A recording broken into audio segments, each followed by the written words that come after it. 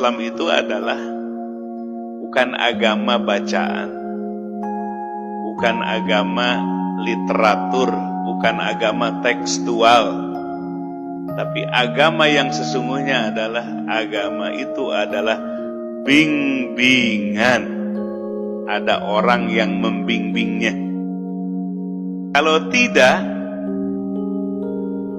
kalau agama hanya buku, hanya Quran, hanya hadis tulisan, teks, maka nanti memahaminya akan keliru. Kalau pahamnya keliru, amalnya otomatis keliru juga. Di media sosial, khutbah wanita. Di mana khutbah wanita? Membolehkan khutbah wanita. Sop laki-laki dan sop perempuan disatukan. Katanya perempuan itu bukan najis. Ini dipisah begitu dianggapnya najis ibu-ibu itu. Ini kemana pemahamannya ini?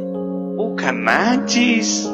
Allah yang menciptakan manusia berpasang-pasangan. Laki-laki pasangannya perempuan. Deket-deket koslet. Kalau koslet kebakaran. Allah yang menciptakan syahwat.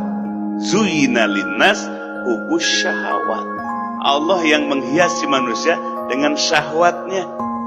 Laki suka sama perempuan, perempuan suka sama laki-laki. Makanya pakai halal, dihijab. Bukan najis, tidak boleh disatukan itu. Supaya ketika sholat khusyuk. Laki dengan perempuan itu kalau deket kosleting, supaya konsen kita menghadap kepada Allah, maka dipisah. Kalau dulu di masa Nabi wanita tuh di belakang. Nah sekarang nggak mesti harus di belakang. Yang penting ada hijabnya, penghalang. Masjid Nabawi kan kanan kiri wanita pakai hijab. Kecuali di Masjidil Haram darurat ada tawaf. Kenapa di Masjidil Haram darurat ada tawaf? Tapi selain di Masjidil Haram harus tertib sebagaimana disunnahkan. Syariat mensyariatkan seperti itu. Laki-laki jadi imam, laki-laki jadi khotib. Bukan merendahkan wanita jadi makmum. Makmum tuh gak rendah. Tapi laki-laki itu punya kelebihan dan keunggulan. Wanita juga punya kelebihan. Tempatkan kelebihannya masing-masing. Bukan jadi makmum jadi rendah, jadi wanita jadi rendah. Maka kita belajarlah turut kepada yang menciptakan. Jangan sok tahu. Ini banyak orang sekarang tuh sok tahu. Memahami agama dengan kepalanya yang terbatas. Coba ridho. Ini ibu-ibu ridho nggak jadi wanita? Jadi makmum ridho.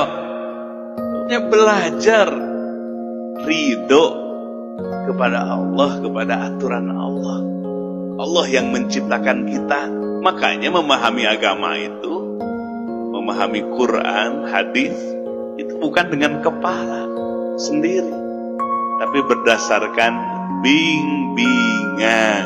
Quran diajarkan ayat per ayat berdasarkan bimbingan. Fa idza qara'nahu fattabi' qur'anah tsumma 'alaina bayanah.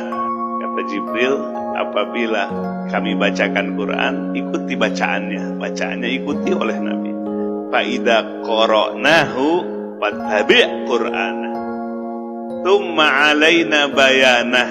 Dan kewajiban kami, kata malaikat dalam Quran, bayanah yang menjelaskannya. Maka agama itu, Quran itu bukan dipelajari langsung, tapi mempelajarinya itu berdasarkan bimbingan dulu Nabi, sekarang bimbingannya ulama. Kalau tidak, kacau pemahaman agama.